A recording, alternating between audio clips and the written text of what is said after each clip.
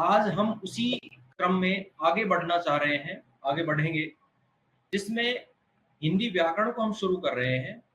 और हिंदी व्याकरण की जो मूल इकाई है, जिसके ऊपर व्याकरण आधारित है, जिसके ऊपर जो ये कहें कि व्याकरण का आधार स्तंभ है, उस वर्ण विचार की हम आज चर्चा करेंगे। प्यारे विद्यार्थियों, डीआर जीनियस एकेडमी में मैं डॉक्टर राजेश यादव आपका हार्दिक स्वागत करता हूं। तो आइए शुरू करते हैं आज की चर्चा। सबसे पहले वर्ण।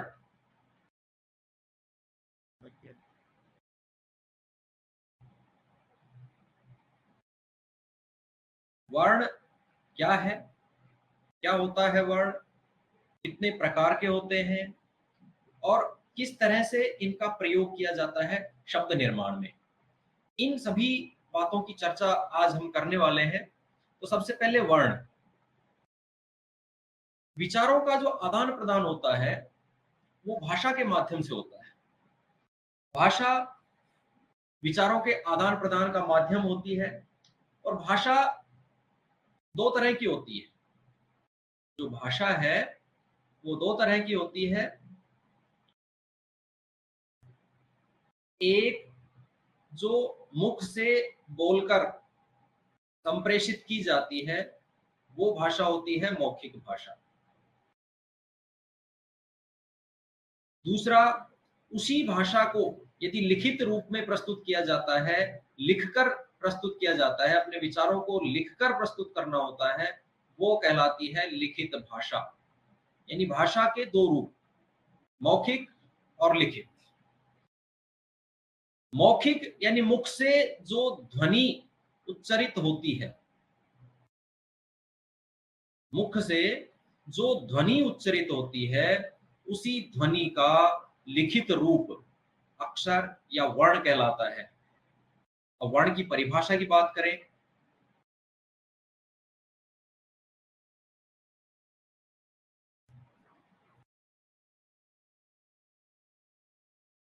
तो वर्ण की परिभाषा होगी कि भाषा की सबसे छोटी इकाई, यूनिट, भाषा की सबसे छोटी जिसके और टुकड़े नहीं हो सके, वो कहलाती है वर्ण यानी अक्षर। चलिए लिखते हैं।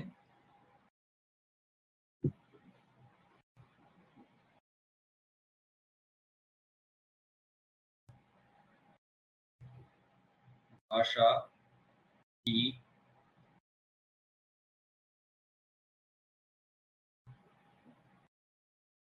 छोटी, या यूं कहें सबसे छोटी, सबसे छोटी इकाई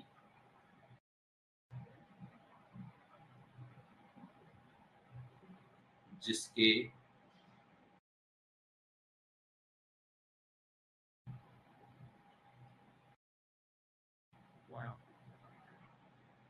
और खंड नहीं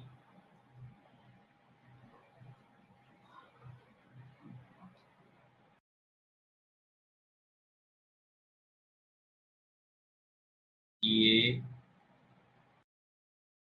जा सके।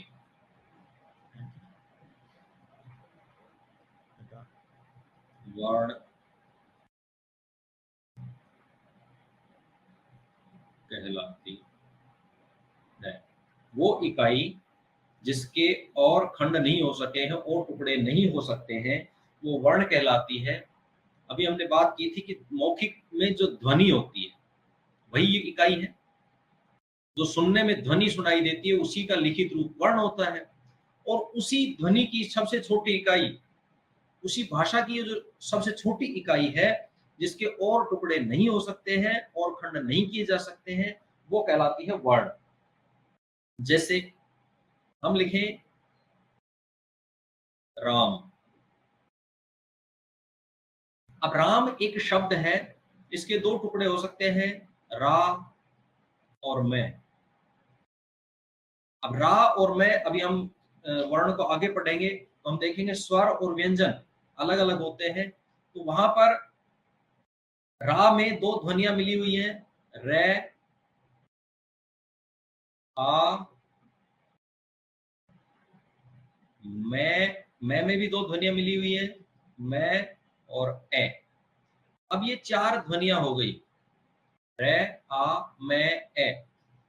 अब इस ए की बात करें तो इसके और टुकड़े नहीं हो सके। जिस तरह मैं के दो टुकड़े हो गए, रा के दो टुकड़े हो गए, लेकिन अब रे के और टुकड़े नहीं हो सकते हैं।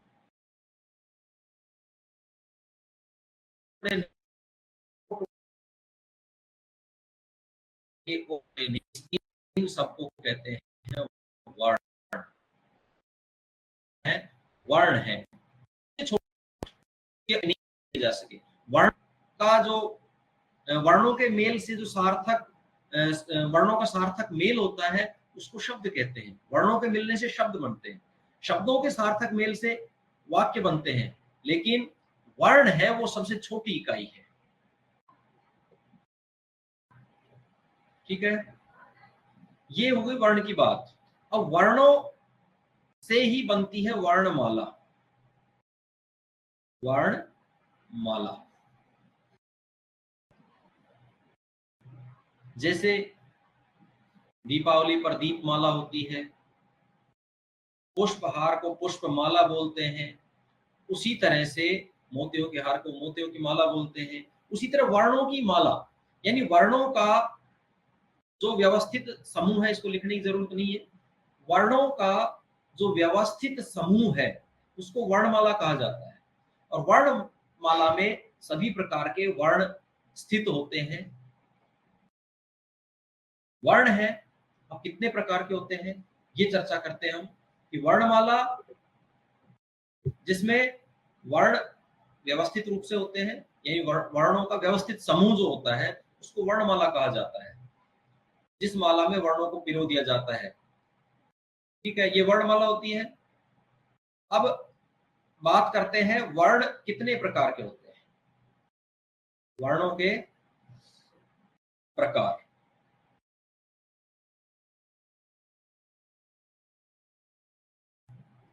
वर्णों के प्रकार, वर्ण है वो दो प्रकार के होते हैं। वर्ण कितने प्रकार के होते हैं, दो प्रकार के। पहला है स्वर,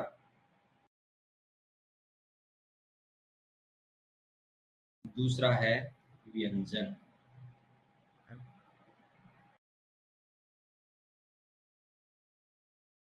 ये व्याकरण की मूलभूत इकाई है। जिस तरह से यदि गिनती नहीं आती है तो गणित की कोई भी संक्रिया नहीं हो सकती है, उसी प्रकार से यदि वर्णों के बारे में हमें परिचय नहीं है, वर्णों के बारे में हम नहीं जानते हैं, तो आगे संधि है, समास है, या उपसर्ग, प्रत्यय, कोई भी संक्रिया है व्याकरण की, पूरी नहीं हो पाती है जब तक वर्णों का ज्ञान नहीं है। इसलिए मेरा विशेष आग्रह रहेगा कि वर्णों का परिचय भली भांति कर लें, वर्णों को अच्छी तरह समझ लें, ताकि आगे आने वाले जो चैप्टर्स हैं उनमें कोई समस्या नहीं रहेगी। ठीक है, तो आगे बढ़ते हैं। वर्णों के प्रकार। वर्ण कितने प्रकार के हुए, दो प्रकार के। पहला स्वर और दूसरा व्यंजन। अब बात करते हैं स्वर की, कि स्वर क्या होता है, किसे कहते हैं स्वर, कितने प्रकार के होते हैं, और क्या इनकी विशेषता होती है, खासियत होती है।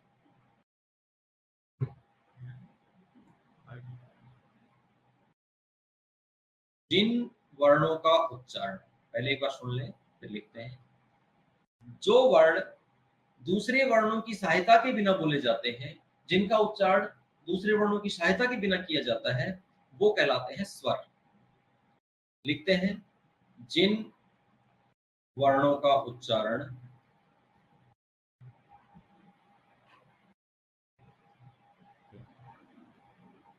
उच्चारण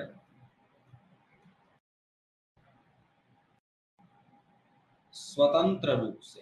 अब कोई कहे भाई स्वतंत्र रूप से कैसे, क्या हाथ पैर बांध कर किया जाता है वो व्यंजन और खोल कर किया जाता है स्वतंत्र रूप से वो स्वर? नहीं। स्वतंत्र रूप का मतलब है कि दूसरे वर्णों की सहायता नहीं ली जाती है उच्चारण में। दूसरे वर्णों की सहायता कैसे ली जाती है, अभी हम व्यंजन पढ़ेंगे तब स्पष्ट होगा अच्छी तरह से कि खुद का उच्चारण खुद से होता है वो स्वर, और जिनका उच्चारण स्वरों की सहायता से होता है वो होते हैं व्यंजन। जिन वर्णों का उच्चारण स्वतंत्र रूप से किया जाता है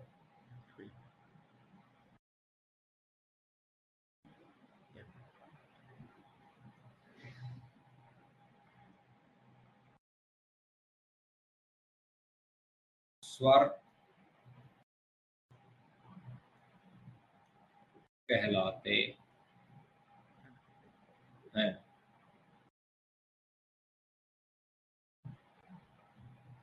स्वतंत्र रूप से किया जाता है, ठीक है। ये है स्वर की परिभाषा कि स्वर वो वर्ण है जिनका उच्चारण स्वतंत्र रूप से किया जाता है, दूसरे वर्णों की सहायता इसमें नहीं ली जाती है, वो स्वर होते हैं। अब स्वरों की संख्या कितनी है, आपने पढ़ा होगा बचपन से, पहली क्लास में पढ़ा होगा, वर्णमाला सारी पढ़ी थी। तो स्वरों की संख्या कितनी है, स्वर संख्या में कितने होते हैं, 11 होते हैं। कितने होते हैं, 11 होते हैं। 11 कौन कौन से होते हैं उनकी बात करते हैं।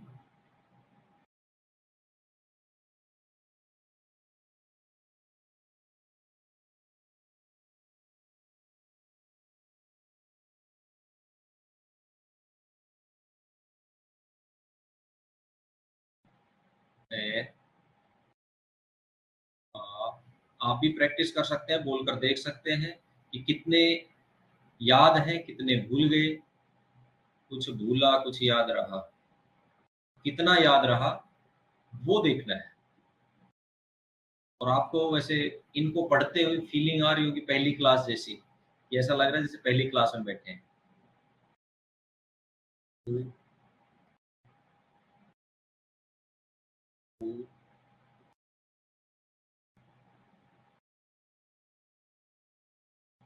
री,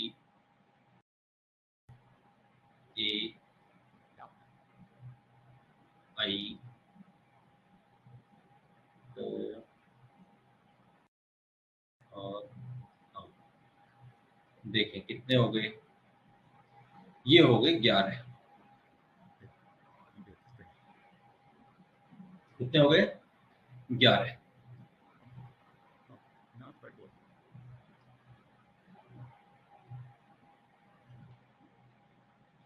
ए, उच्चारण है देख लें इनका।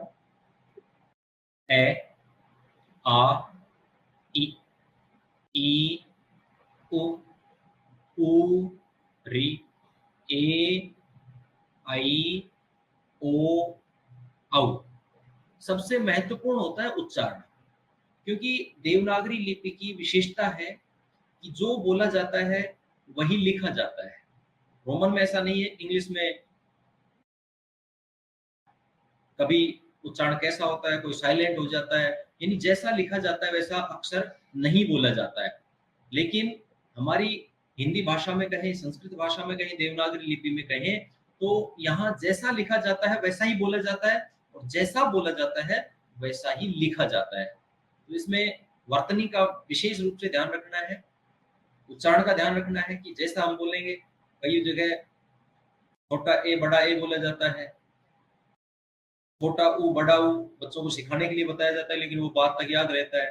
या ऊ उल्लू ऊ ऊम, अभी भी कई बार क्लास में पढ़ाते हैं तो बच्चे कहते हैं छोटी ए बड़ी ए, छोटा हो बड़ा हो, भाई इनका उच्चारण ही अलग अलग है। ये अपने आप में अलग रचना है, अलग स्वर है, फिर इनको हम छोटा बड़ा कैसे कर सकते हैं। उच्चारण विशेष रूप से ध्यान रखना है। ए, आ, ई, ई, उ, ऊ, री, ए, आई, ओ, औ। ये होते हैं 11 स्वर, और स्वरों की होती है मात्राएं। क्या होती है? मात्राएं। आपने देखा होगा, 12 खड़ी पढ़ी होगी आपने, तो वहां पर स्वरों की मात्राएं जुड़ी होती है। अभी हम व्यंजन पढ़ेंगे, उसके बाद उसकी बात करेंगे। स्वरों की मात्राएं होती हैं। ए अपने आप में कोई मात्रा नहीं होती है, बल्कि ए जो स्वर है वो व्यंजन को पूरा करने के काम में आता है। अभी हम व्यंजन पढ़ेंगे। व्यंजन मूल रूप से आधे होते हैं। जैसे हलंत लगा होता है उनके, ये हल चिन्ह लगा होता है आधे का, तो हलंत होते हैं। और व्यंजनों का उच्चारण स्वतंत्र रूप से नहीं किया जा सकता है, लेकिन जब उसमें स्वर मिलाया जाता है तभी उसका उच्चारण संभव होता है व्यंजन का। तो कै में जब ए मिलाया जाता है तब उसका रूप बनता है इस तरह का, तो कै। अब हम लंबा खींचेंगे कै, तो बाद में ध्वनि सिर्फ ए की ही सुनाई देती है। कै, यानी कै जो हमें व्यंजन ऐसा दिख रहा है पूरा, उसमें निश्चित रूप से ए मिला हुआ है, ए स्वर उसमें शामिल है। बाकी सारे स्वर हैं, उनकी मात्राएं जुड़ती हैं, लेकिन ए है वो उस व्यंजन को पूरा करने के काम आता है। ये हमें दिमाग में रखना है, क्योंकि बाद में जब हम वर्ण विच्छेद करेंगे संधि में, तो वहां हमें हमें देखना होगा कि भाई इसमें कौन सा अक्षर मिला हुआ है, अंतिम अक्षर कौन सा है। तो वहां यदि हमने जैसे देखा कि गण ये शब्द है, अब इसमें हम पूछें कि भाई अंतिम अक्षर कौन सा है और आप बताएं ण, तो ये तो गलत हो जाएगा, क्योंकि वहां संधि होगी ही नहीं। जबकि इसका अंतिम अक्षर क्या है? गण में ग, ए, ण और ए, 4 अक्षर मिले हैं, तो अंतिम अक्षर कौन सा हो गया? ए। ये ए हमें दिखाई नहीं देता है, क्योंकि हमें ध्यान रखना है कि जब स्वर व्यंजन में मिलता है तो उस व्यंजन का रूप कैसा हो जाता है? पूरा हो जाता है।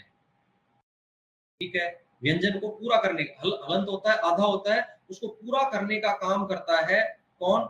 स्वर ए।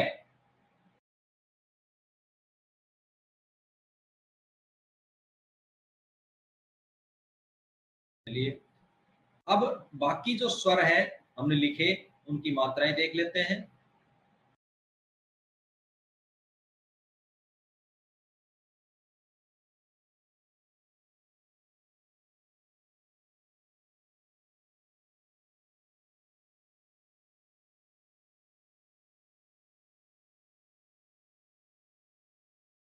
आ की मात्रा इस तरह की होती है। ई की मात्रा, छोटी ई जो है उसकी मात्रा ये। ई की मात्रा पीछे से होती है। उ, उ की मात्रा उ इधर होती है।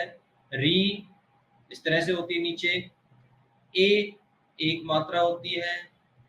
आई, आई की 2 मात्राएं होती हैं। ओ एक मात्रा ऊपर, एक खड़ी पाई। और औ, औ की ऊपर 2 मात्राएं और नीचे एक खड़ी पाई। ये होती है मात्राएं किसकी? स्वरों की। ये मात्राएं जब व्यंजन से जुड़ती हैं तो तद अनुसार व्यंजन का उच्चारण होता है। जैसे हम कहें कै व्यंजन है, इसमें ए मिलाया तो बन गया कै, पूरा कै। आ की मात्रा लगाई तो ये बन गया का। ई की मात्रा लगाई तो ये बन गया की।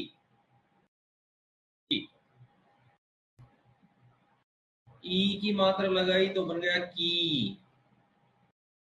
उ, उ, उ, ऊ, री, री।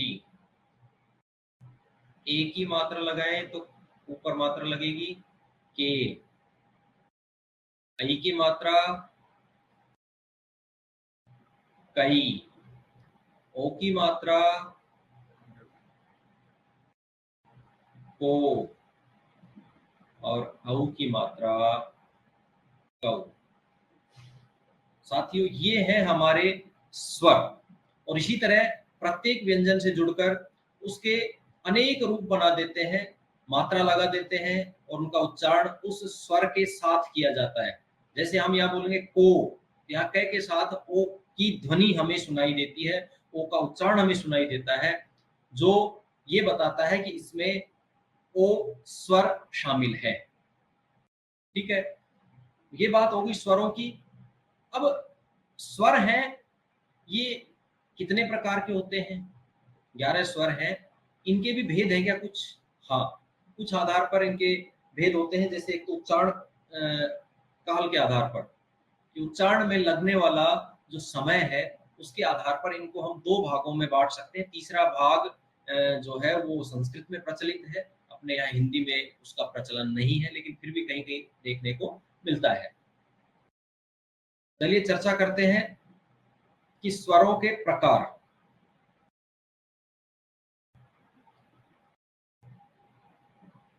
स्वर है वो मात्रा के आधार पर या उच्चारण काल कहें। मात्रा क्या होती है? छोटी और बड़ी मात्रा जो होती है उसको उच्चारण काल कहा जाता है, यानी उच्चारण में लगने वाला समय। उच्चारण काल, उच्चारण में लगने वाला समय, उच्चारण।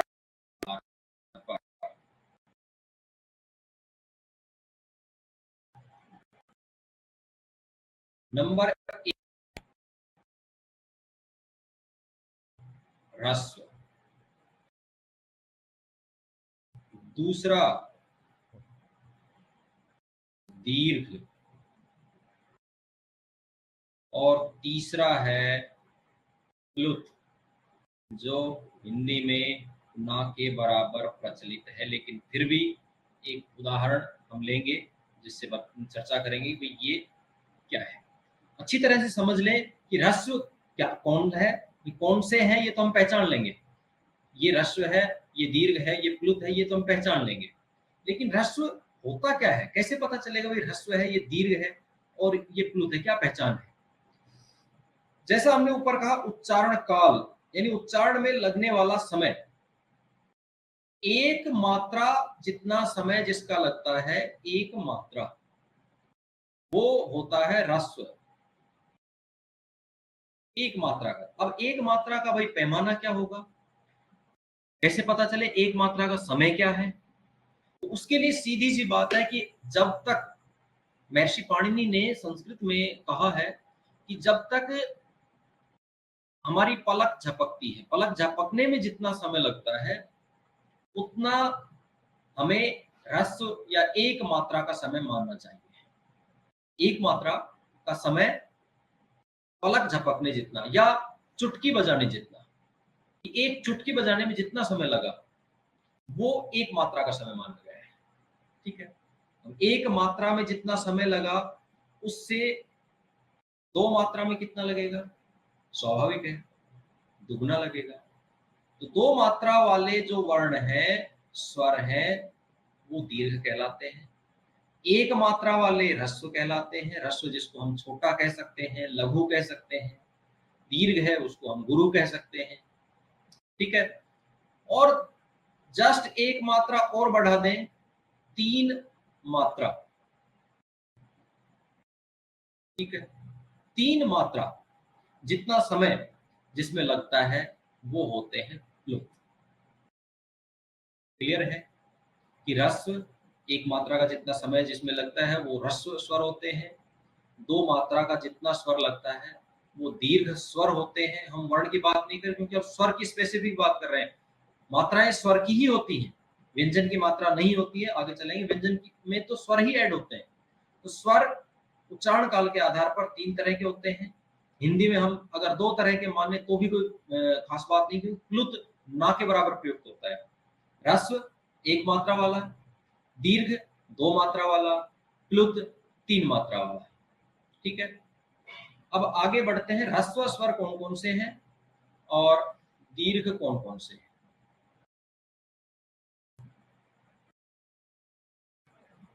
ह्रस्व स्वर यानी छोटे। छोटे का मतलब एक मात्रा वाले। ए, ई, उ और री। यदि कोई आपको बीच में डाउट होता है तो आप निश्चित रूप से चैट कर सकते हैं, मैसेज कर सकते हैं। ये जो चार स्वर हैं ये होते हैं ह्रस्व यानी एक मात्रा वाले, लघु। ठीक है, इसके बाद बात करते हैं दीर्घ की। दीर्घ स्वर जो बड़े हैं वो है आ,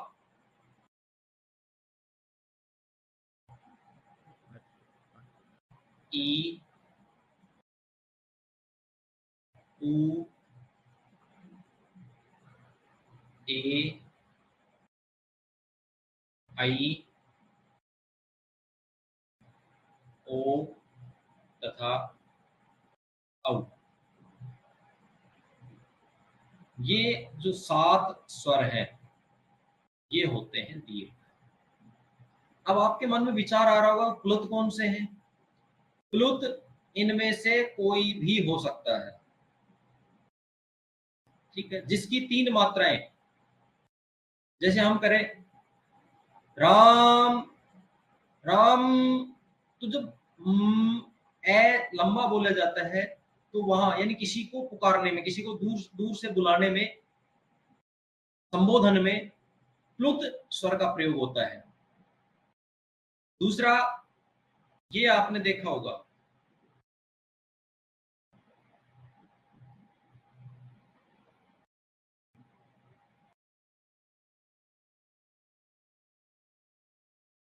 ओम, ओम, यहां पर ओ है वो प्लुत है। ओ है वो प्लुत है। ओ दो स्वरों से मिलकर बनता है, अभी ये भी चर्चा हम आगे करेंगे। ए और उ, ए और उ से मिलकर बनता है ओ। तो ओ प्लुत कहें या हम कहें कि उ की तीन मात्राएं हैं यहाँ पर, ए, उ। ये जो ई जैसा दिख रहा है ये ई नहीं है, अपितु क्या है, ये है तीन मात्राएं प्रदर्शित कर रहा है, संख्या तीन है। जैसे हिंदी की जो हमारी गिनती है, एक, दो, तीन, चार, पांच, छ, सात, इस तरह जो गिनती होती है हमारी हिंदी की गिनती, उसमें तीन इस तरह से लिखा जाता है। तो ये जो तीन यहाँ पर आए हैं संख्यावाची अक्षर, वर्ण, ये ई नहीं है, अपितु तीन मात्राओं को डिनोट कर रहा है कि ऊ की तीन मात्राएं हैं, यानी ऊ यहाँ पर प्लुत है। जब ओम का उच्चारण किया जाता है तो ऊ लंबा खींचता है, वो लंबा इसीलिए खींचता है क्योंकि वो प्लुत है। इसके अलावा संभवतः हिंदी में इसका प्रयोग नहीं होता है, इसलिए इसकी चर्चा भी नहीं की जाती। हम जो हमारे 11 स्वर हैं उनका ध्यान रखिए, 4 है ह्रस्व और 7 है दीर्घ। ठीक है, यहाँ तक कोई दिक्कत? चलिए, यदि हो तो आप चेक कर सकते हैं, हम उसके बारे में चर्चा करेंगे। आगे बढ़ते हैं, ये हो गया उच्चारण काल के आधार पर। ठीक है, अब इन्हीं स्वरों को उत्पत्ति के आधार पर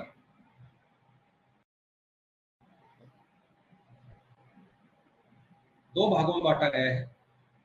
उत्पत्ति के आधार पर ज्यादा माथापच्ची नहीं, एक बार थोड़ा परिचय हो जाए। ये हमें नहीं रटना है कि उत्पत्ति के आधार पर ये है, लेकिन हमें स्वरों का परिचय हो जाए कि जिनसे हमें खेलना है, उनके बारे में पता तो हो। उत्पत्ति के आधार पर, ठीक है, उत्पत्ति के आधार पर दो तरह के स्वर होते हैं। पहला है मूल स्वर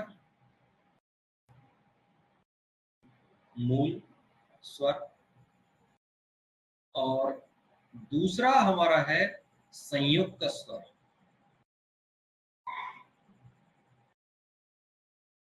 संयुक्त स्वर। अब ये मूल स्वर कौन से हैं और संयुक्त स्वर कौन से हैं, ये देखते हैं। मूल स्वर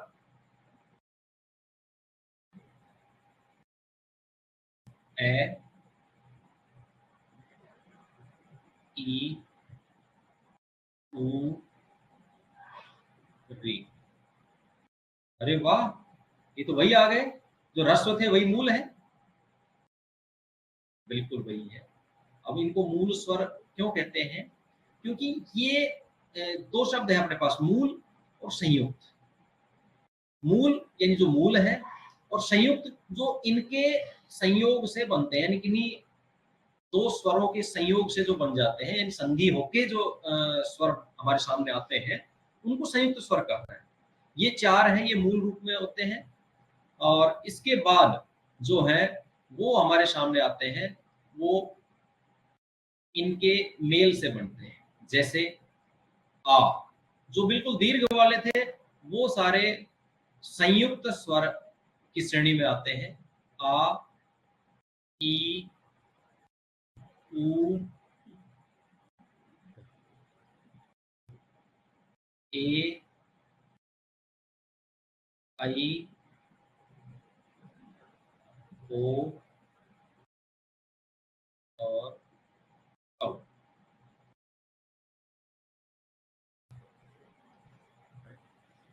ये सात और ये चार, जो ह्रस्व थे वही मूल स्वर हैं, जो दीर्घ थे वो संयुक्त स्वर हैं।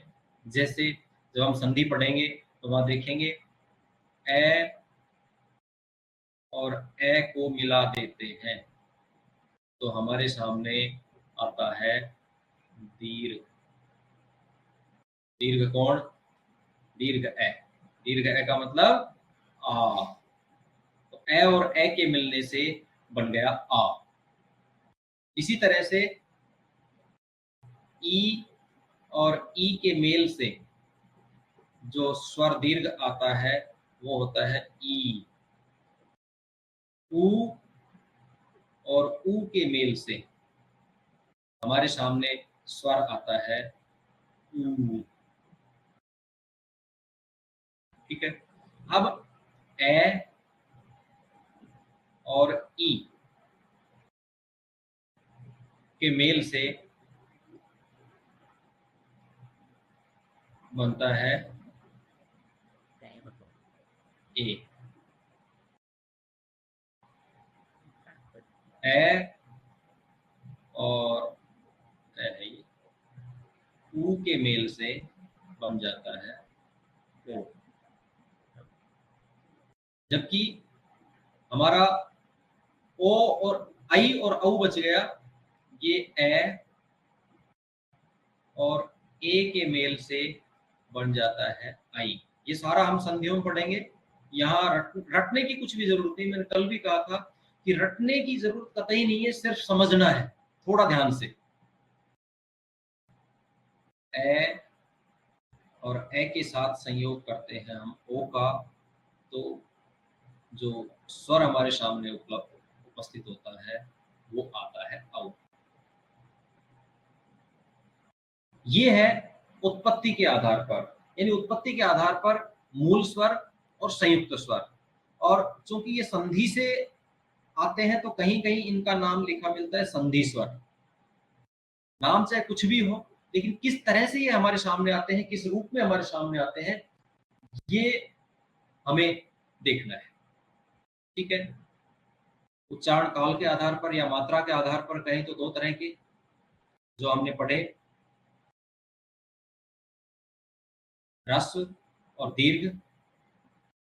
फिर हमने देखा उत्पत्ति के आधार पर, उत्पत्ति के आधार पर स्वर दो तरह के और संयुक्त स्वर। वही जो ह्रस्व थे वही मूल में, और जो दीर्घ थे वो स्वर में हमारे संयुक्त स्वर के रूप में हमारे सामने आते हैं। अब आपके दिमाग में आ रहा होगा कि कुछ रह गया स्वरों में। हम तो अंग अंगूर अह खाली भी पढ़ते थे, उनकी चर्चा भी हम आगे करने वाले हैं। पहले हम देखते हैं व्यंजन को। स्वरों का जो वर्गीकरण है वो अग्र स्वर, स्वर या तीव्र प्रकार से और होता है, जीव की होठों की स्थिति के आधार पर, जीव की स्थिति के आधार पर। लेकिन हम उसके बारे में चर्चा यहाँ इसलिए नहीं कर रहे हैं क्योंकि हमारा प्रयोजन सिर्फ ये है कि वर्णों से हमारा परिचय हो, क्योंकि वर्ण टॉपिक हमारे पास नहीं है, लेकिन वर्णों का जो परिचय है वो हमें हो, जिससे हम अपना संधि का और जो व्याकरण का जो कार्य है वो आसानी से कर पाए। इसलिए ज्यादा गहराई में नहीं घुसेंगे। यदि कहीं वर्ण की ही वर्ण विशेष का परिचय यदि चाहिए होगा किस टॉपिक में तो हम बात करेंगे, लेकिन हमारा जो सिलेबस है उसमें वर्ण नहीं है। वर्ण सिर्फ इसलिए पढ़ा जा रहा है ताकि हम संधि को अच्छी तरह से कर पाए, क्योंकि संधि है वो वर्ण बेस्ड है, वर्ण के ऊपर आधारित है। वर्ण का यदि वर्ण का हमें पता नहीं है तो हम संधि नहीं कर पाएंगे।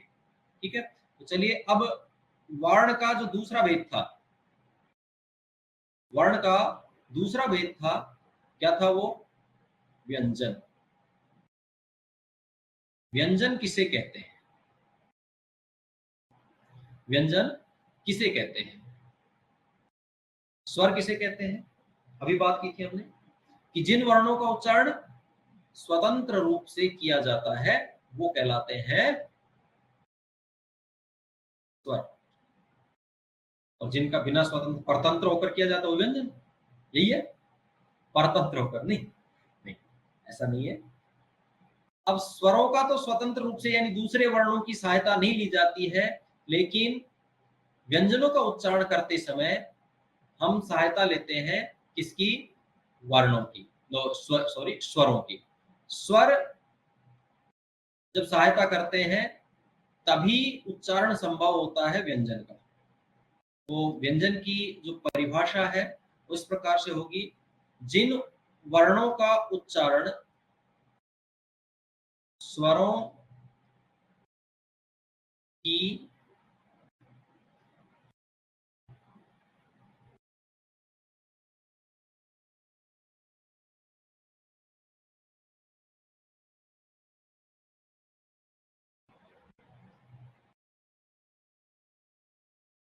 सहायता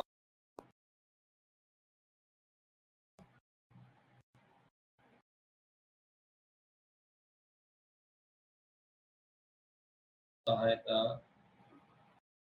से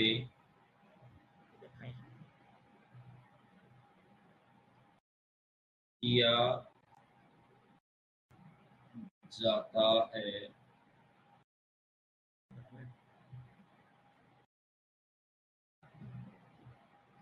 व्यंजन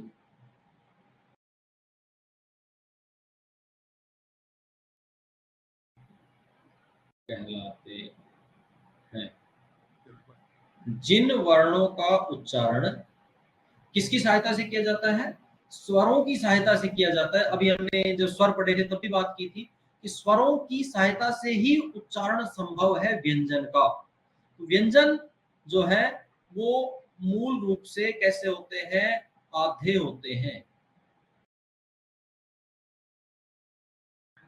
मूल रूप से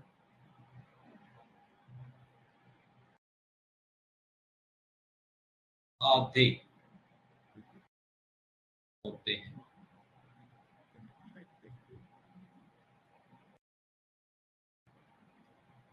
ठीक है, आधे होते हैं, ये हमें ध्यान रखना है कि व्यंजन है वो आधे होते हैं, आधे। और उसके लिए हल चिन्ह का प्रयोग किया जाता है। हल, ये जो लेके लगा हुआ है इस तरह के इस हल चिन्ह का प्रयोग किया जाता है।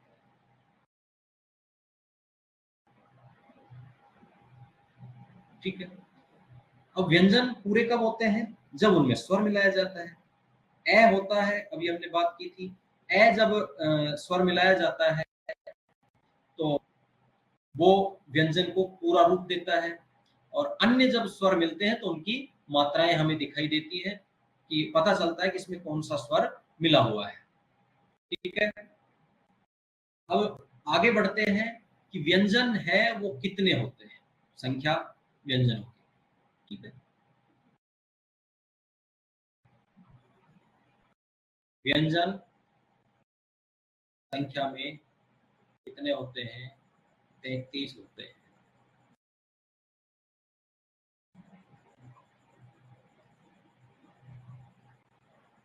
व्यंजन कितने होते हैं, 33। चलिए उनको भी लिख लेते हैं। हम जो व्यंजन लिखेंगे वो मूल व्यंजन नहीं लिखेंगे, क्योंकि मूल व्यंजन का उच्चारण नहीं हो सकता है। मान लो हम लिखें, ये व्यंजन लिख दिया, इसका उच्चारण नहीं कर सकते हैं जब तक इसमें कोई स्वर साथ नहीं आएगा।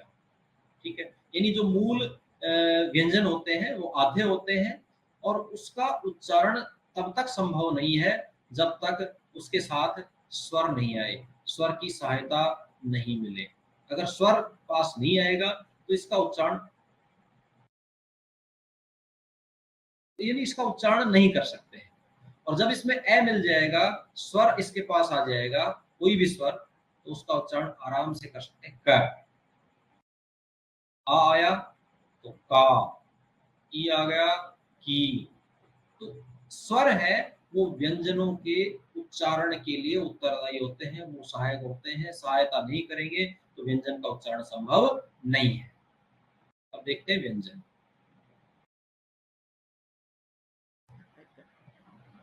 व्यंजन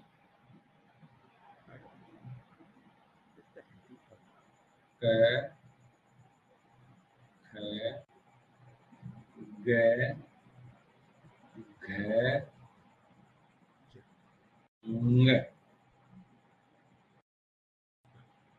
च,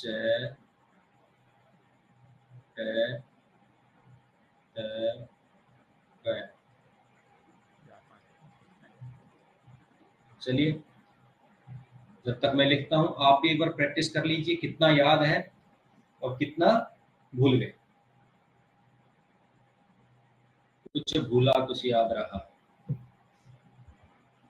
च के बाद आता है, चलिए आप बताते जाए, मैं लिखता जाता हूँ। छ, ज, झ, और इसको क्या बोलते हैं, अणखाली? नहीं नहीं नहीं नहीं, इनका उच्चारण भी महत्वपूर्ण है। इन दोनों का उच्चारण अक्सर बच्चे गलत करते हैं। ये है ng, ग को नाक में से बोल दें तो इसका उच्चारण हो जाएगा ng, क, ख, ग, घ, ng। अड़े बोलते हैं, अड़े तो भाई ये होता है सड़क वाला, ये आगे पढ़ेंगे हम। अड़े अड़े अड़े, है, ख, ड, ढ, और ये है अण, और इसको बोलते हैं ये है, उसको नाक में बोलेंगे तो इसका उच्चारण होगा ये, ng, ये, अण। इसके बाद आता है त, थ, द, ध, और न।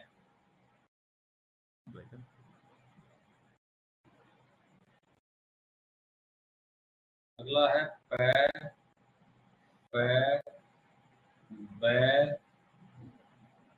भ, और मैं।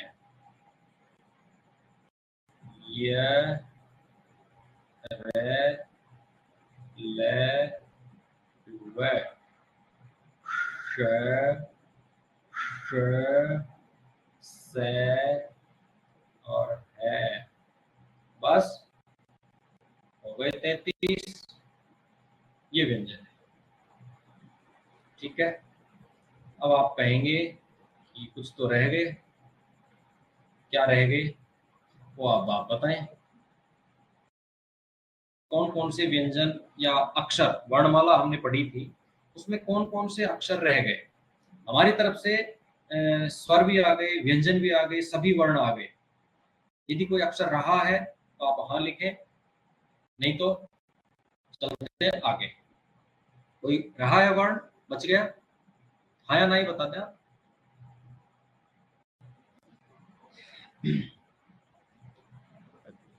चलिए आगे बढ़ते हैं। ये जो व्यंजन है यहां से लेकर यहां तक, ये 5-5 का समूह है, 5-5 के वर्ग हैं। ये जो पहला है इसको कहते हैं क वर्ग, क्योंकि कैसे शुरू है।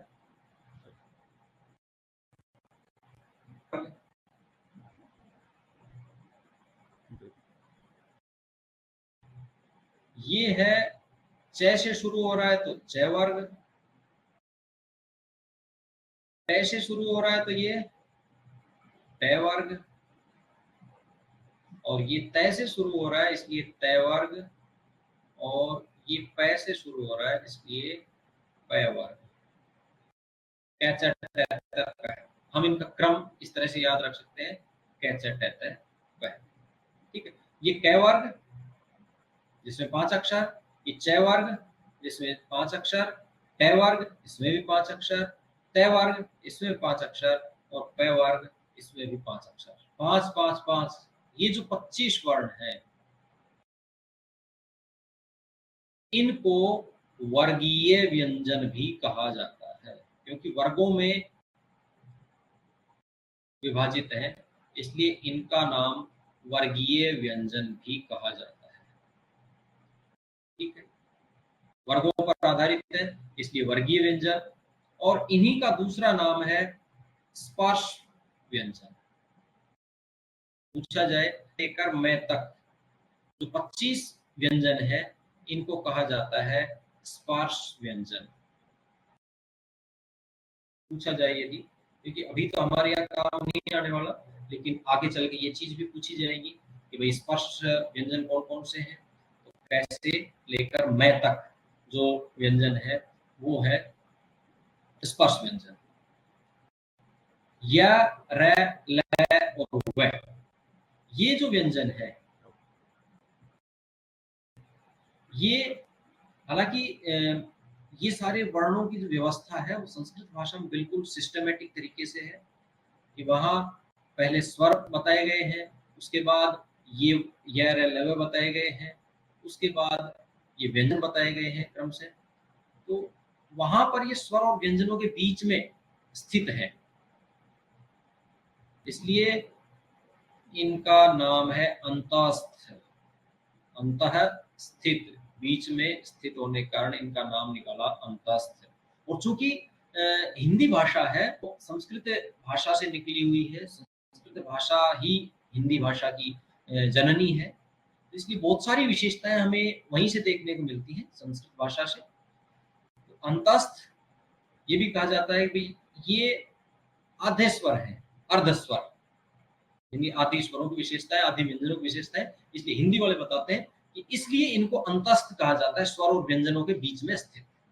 ठीक है, बल्कि विशेषता यह है कि जो महर्षि पाणिनि के माहेश्वर सूत्र हैं वहां इनको बीच में दर्शाया गया है, इसलिए इनका नाम अंतस्थ। जो कुछ भी हो या र ल व, हमें ध्यान रखना है इनका नाम अंतस्थ।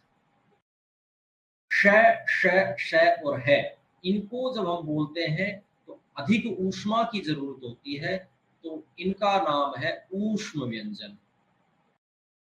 कौन से व्यंजन? ऊष्म व्यंजन।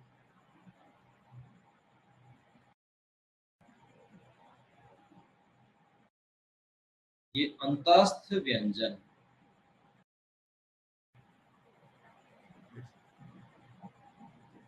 ठीक है, ये स्पर्श हो गए, अंतस्थ हो गए और ऊष्म हो गए।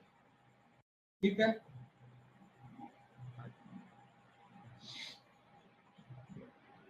आगे बढ़े। आपने सुना होगा अजंत या हलंत।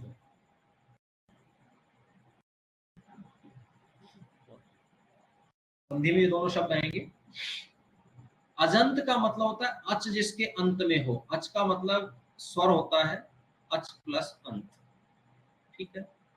यानी जैसे हम कहें बालक, बालक का अंतिम अक्षर क्या है? क है, और क, इसलिए इसको अजंत कहेंगे। कही है ना? नहीं, अभी हमने बात की थी बालक का अंतिम अक्षर है ए। जैसे वर्ण विच्छेद हम करते हैं, बालक का यदि वर्ण विच्छेद करेंगे, वर्णों को अलग अलग करेंगे, स्वर और व्यंजन अलग अलग दर्शाएंगे, तो आता है बै। आगे आप मन में बोल सकते हैं आ, ले, ए, कै और ए। क्योंकि अच स्वर इसके अंत में है, इसलिए ऐसे जो शब्द हैं वो कहलाते हैं अजंत। और हल यानी व्यंजन, हल का मतलब है व्यंजन जिसके अंत में है, वो कहलाते हैं हलंत। जैसे हल, जगत, ठीक है। आगे बढ़ते हैं। अब हम बात कर चुके हैं कि स्व जो व्यंजन है वो तीन कैटेगरी है इनमें, स्पर्श, अंतस्थ और ऊष्म, ठीक है। ये सारे व्यंजन हो गए। अब इनके अलावा कुछ बच गया।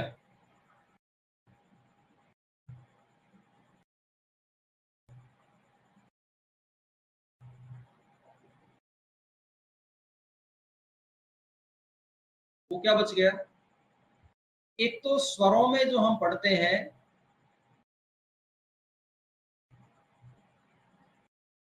ये और ये, इन दो का जो दो की चर्चा है वो बच गई है। क्या ये स्वर है? बताएं। या ये व्यंजन है? आपको क्या लगता है? कोई भी एक कमेंट करके बताएं आप कि ये दोनों स्वर हैं या व्यंजन है या और कुछ है। 1 मिनट का टाइम आपके पास।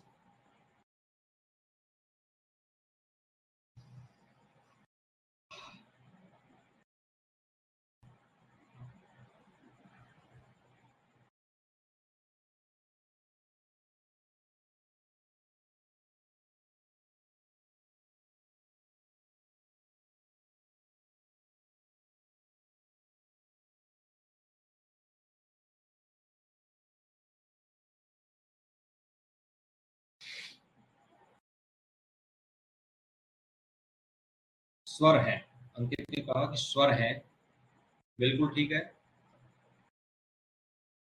आपका मत इनसे मिलता भी हो सकता है, इससे भिन्न भी हो सकता है।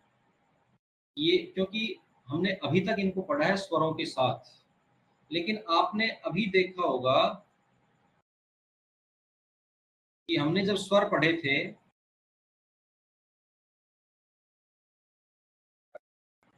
की चर्चा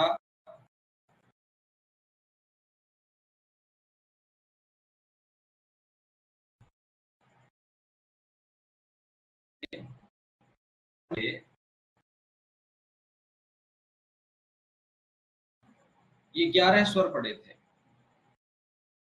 इन 11 स्वरों में हमने कहा 11 स्वर होते हैं, इनकी ये मात्राएं होती हैं। वहां पर इनका कहीं नामो निशान नहीं था, लेकिन अब हमारा जहां तक ध्यान है, हमने पहली में पढ़ा था, इनके साथ ही अव के बाद आता था अंग अंगूर कहा खाली। लेकिन आप देखें ये जो दोनों आकृतियां हैं ये इसके साथ लगी हुई है, जिसको हम पहले पढ़ चुके हैं स्वरों में। इसका नाम है ए। पहला जो स्वर है ए, उसके साथ इनको लगाकर बताया जाता है। ये जो ए के साथ बिंदु लगा हुआ है, इसका नाम है अनुस्वार। क्या नाम है? अनुस्वार। ये ना ही स्वर है और ना ही व्यंजन है। ये जो दो बिंदी दिखाई दे रही है, इसका नाम है विसर्ग। क्या नाम है? विसर्ग। ये भी ना स्वर की श्रेणी में आता है, ना व्यंजन की श्रेणी में आता है, जबकि अलग ही दो आकृतियां हैं। अब ये हमें स्वरों के साथ क्यों पढ़ाई जाती थी, इसके पीछे एक कारण है। ये अनुस्वार और विसर्ग सदैव स्वर के साथ प्रयुक्त होते हैं, कहीं भी आपको व्यंजन के साथ नहीं मिलेंगे। ये हमेशा इनका योग किसके साथ होता है? स्वर के साथ। इसीलिए इनको हमें ए के साथ संयुक्त करके पढ़ाया जाता है। ए यानी स्वर का प्रतीक है वो।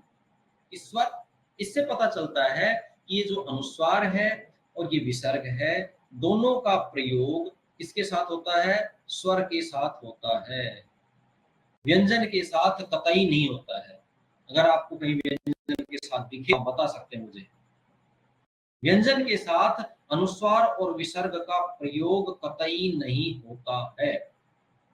और चूंकि ये स्वतंत्र रूप से भी प्रयुक्त नहीं होते, जैसे कहीं ये लगा दिया, इसको हम अनुस्वार कहेंगे, नहीं। ये दो बिंदी हमने लगा दी, भाई ये विसर्ग है, नहीं। तो ये हमेशा स्वर के साथ ही आते हैं, स्वर के बिना इनका कोई वजूद नहीं है। इसलिए इनको ए योग वाह कहते हैं। बिना योग के इनका कोई वजूद नहीं है।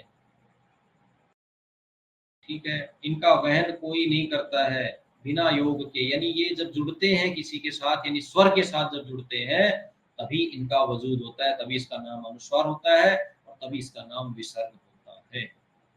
इसलिए इन दोनों का नाम क्या है?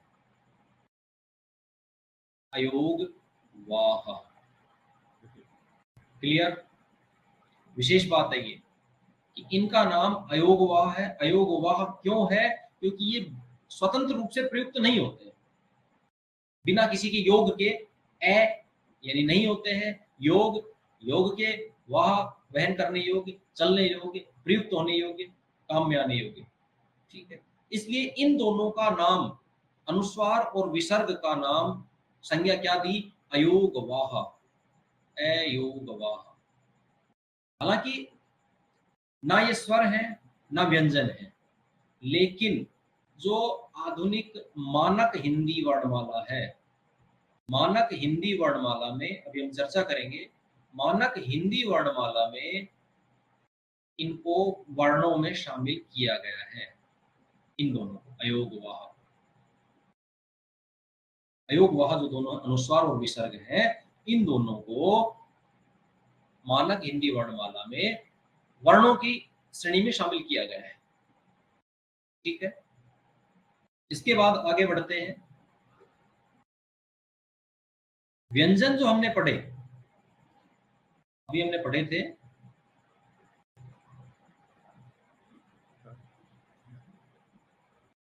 ये जो व्यंजन पढ़े थे 33, इन 33 व्यंजनों के अलावा भी कुछ व्यंजन आपने पढ़े होंगे इनके बाद में। पढ़े थे ना? कुछ ध्यान आ रहा है? अब हमने उनको भी व्यंजन की श्रेणी में शामिल नहीं किया। कौन से हैं भाई वो व्यंजन? वो व्यंजन है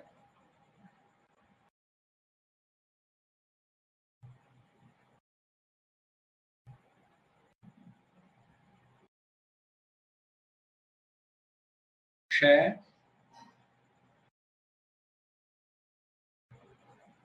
त्र, ज्य जिसको ज्ञ बोलते हैं, और श्रय।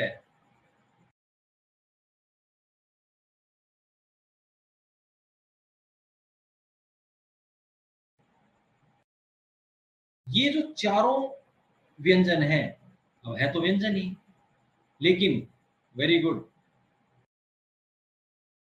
अमित ने बताया कि ये चारों जो हम पढ़ते हैं, वर्णमाला के आखिर में, ये कहलाते हैं संयुक्त व्यंजन।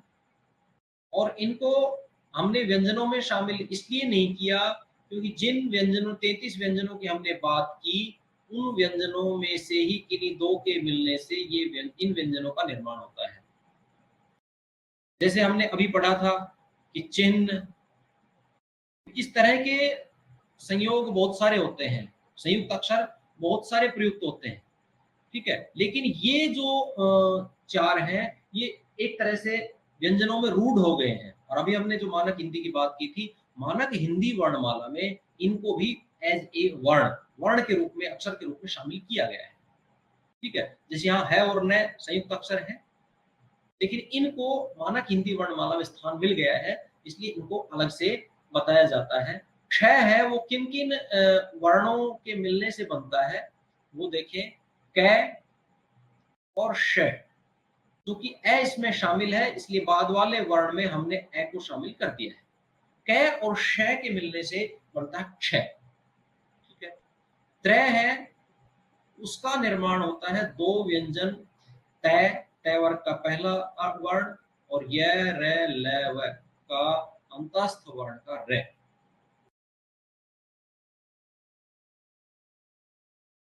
ठीक है।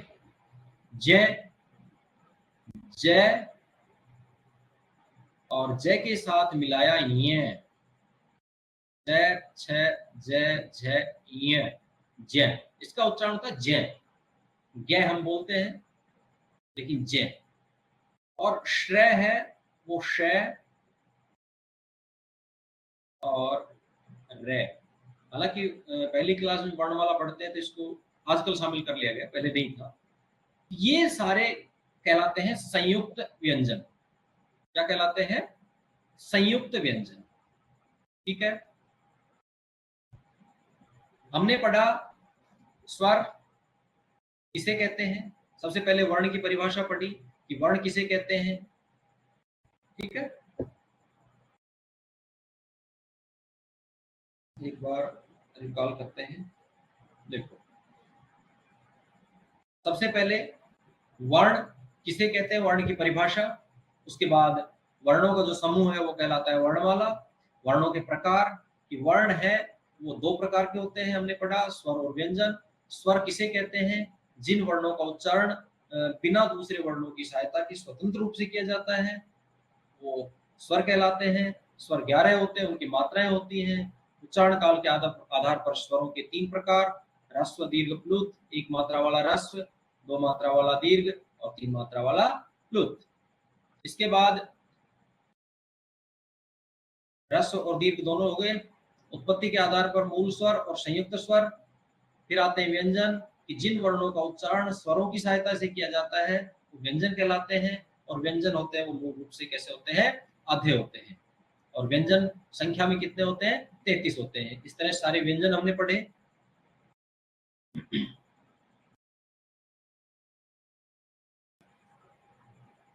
इसके बाद अयोगवाह, अनुस्वार और विसर्ग के बारे में हमने बात की। संयुक्त व्यंजन, इनके बारे में हमने बात की। अब बात आती है वर्णमाला में, हिंदी वर्णमाला में वर्ण कितने होते हैं।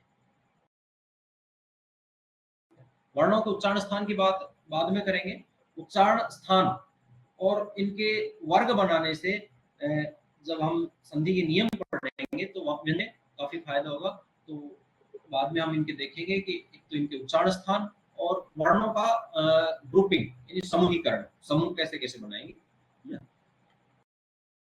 तो अभी हम बात कर रहे थे कि वर्ण कितने हैं, 11 स्वर और 33 व्यंजन, कितने हो गए, ये हो गए 44 वर्ण। सामान्यतया कितने वर्ण माने जाते हैं हिंदी भाषा में, 44। लेकिन अभी मैंने बात की थी कि मानक जो हिंदी वर्णमाला है, स्टैंडर्ड, उसके अनुसार वर्णों की संख्या बढ़ जाती है। ये 44 है, अब आप जोड़ते जाएं टोटल कितने होते हैं, प्लस अयोगवाह जिनकी बात हमने अभी की थी, अयोगवाह कितने हुए, 2। अनुस्वार और विसर्ग, ठीक है, अयोगवा हो गए। इसके बाद संयुक्त अक्षर कहें या संयुक्त व्यंजन कहें, संयुक्त व्यंजन कितने बताए? 4, ठीक है। इसके अलावा दो, ये है ढ, ड, ड, ढ, ढ, ये दो वर्ण और प्रयुक्त होते हैं। इनको कहा जाता है द्विगुण या उत्क्षिप्त, उत्क्षिप्त वर्ण या व्यंजन,